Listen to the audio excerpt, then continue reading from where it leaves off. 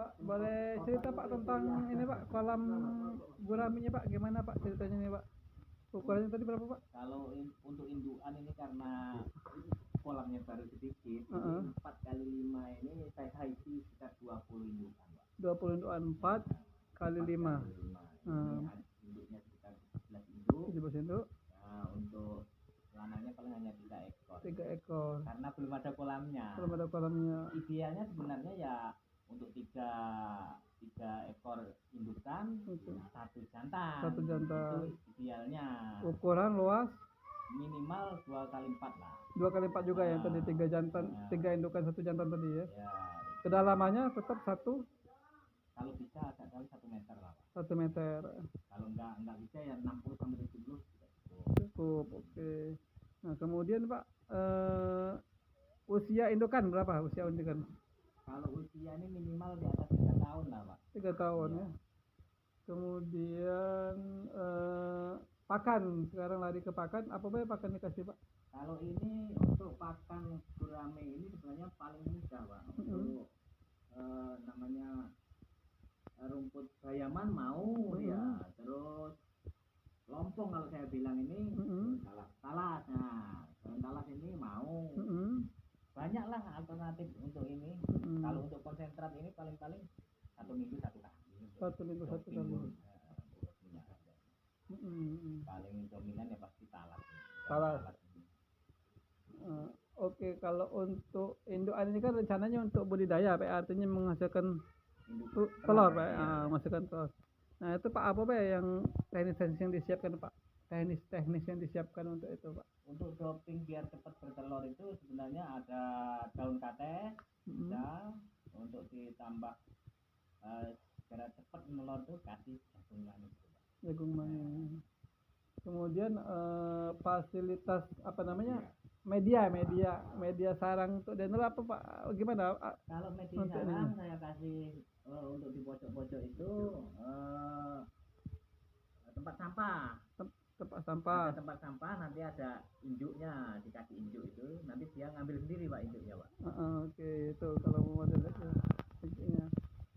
Ya. Nanti dia bikin sarang sendiri. Tempat sampah maksudnya itu tempat sampah tuh keranjang sampah maksudnya ya itu ya. Itu agak kelihatan hijau itu. Walaupun nggak keranjang sampah bikin juga bisa dari bambu. Dari bambu ya. Jadi ditaruh di tiap sudut Pak ya. Ya di pojok. Nah ini 1, 2, 3. Sudut itu. Kemudian apa Pak itu Pak nanti gimana Pak langkahnya Pak? Setelah itu dia kalau sudah mau ini dia bikin sendiri Pak. Bikin sendiri. Kalau mau telur dia bikin sendiri. Kurang lebih kalau dia biasanya cepat itu 10 hari udah jadi dia sudah mulai nelur ya. Nelur Pak ya. Jadi ditaruh dari situ itu setiap waktu ada Pak ya hijaunya. Iya, setiap waktu ada yang di sana itu itu ada soalnya aja ya. Dia setiap bikin sarang ada gitu. Oh, ditariknya nanti Pak ya ke situ Pak ya. Iya. Tariknya bikin sarang sendiri dia. Bikin sarang sendiri. Nah, kita pemeriksaan itu berapa lama Pak? Pemeriksaan sarangnya Pak? Setiap hari atau gimana Pak? Nggak usah diperiksa Pak. Nanti kalau dia sudah bertelur kelihatan goyang-goyangnya ikan tuh nggak mau pergi dia. Di situ terus nungguin. Oke, goyang-goyang ikan mau di situ terus. Kemudian kalau sudah dia goyangnya di situ terus baru kita ambil. Sudah pasti nelor dia. Oh, gitu. Pasti nelor. Kalau dia masih bolak-balik belum. Goyang-goyang ikan kemana goyang-goyang ikan? Goyangnya tetap gini. Oh, gitu. Gini. Kalau dia masih balik gini berarti masih bikin sarang. Oke, masih bikin sarang kalau kayak yang sekarang itu masih bikin sarang bikin sarang itu ya. Masih bolak-balik dia. Bolak-balik ya. Itu Bapak perhatikan Pak ya? Perhatikan terus Pak. Itu setiap hari kita lihat, oh masih balik, berarti masih bikin sarang. Kalau dia sudah diem terus, nggak pergi-pergi, udah nelur. Berapa lama ngambilnya Pak dari tanda-tanda dia diem goyang-goyang tadi? Langsung diambil aja, udah nelur itu. Oh gitu Pak. Kalau Pak. sudah diem, dia pokoknya goyang-goyang itu diem, nggak balik lagi, pasti udah nelur. Nggak boleh lama-lama Pak ya? Paling lambat berapa lama? Paling lambat 4 hari. Itu paling lambat ya. Kalau nggak rusak ya. Kalau bisa secepatnya. Kalau nggak bisa ya paling lambat 4 hari. Soalnya netes nanti. Oh netes, tetap netes. Nanti dia mati kalau nggak diambil. Soalnya di dalam sarang nggak bisa keluar. Nggak bisa keluar ya Pak. Jadi setelah itu kita angkat, kita taruh di tempatnya tadi. Di tempat di aerator tadi. Aerator tadi. Nanti sekitar 5 hari udah netas. Sekitar 5 hari dari Netes. kita netes. Netes nanti kalau sekitar 10 hari dari netes kita pindah lagi Pindah lagi. Nah. untuk segera dikasih makan. Untuk segala dikasih makan. Kemudian Pak untuk naruhnya di aerator tadi kita ini ya, kita angkat ya telurnya atau gimana Pak? Kita angkat, sudah diangkat nanti kita bersihkan. Kita buang minyaknya. Minyaknya. Kita buang ya pakai koran bisa, pakai daun ubi bisa untuk buang minyaknya itu. Dari minyak dari hijau nanti sudah bersih baru kasih aerator. Berarti benar-benar cuma telur yang di dalam PSL. Telur pokoknya. Gitu. Bersih gitu. Oke. Jadi berapa hari netas Pak? Sekitar 5 hari sudah netas. 5 hari netas bentuk ini ya. Sudah bentuk ikan. Ada buntut, ada kepala, gitu. Udah kelihatan. Ada kepala. Jadi selanjutnya dikasih pakan. Itu nanti belum dikasih. Nanti kalau sudah netes dari netes mulai 0 sampai 10 hari baru kita kasih makan. Kasih makan 0 sampai 10 hari. Berarti kalau ada nanti ya dikasih kutu air, kalau ada cacing yang sutra tadi. Cacing sutra, oke ya. Dan perkembangan setelah dia makan cacing sutra ke pur itu ke konsentrat sekitar 2 bulan. 2 bulan. Oh, berarti cukup lama Pak ya cacing sutra.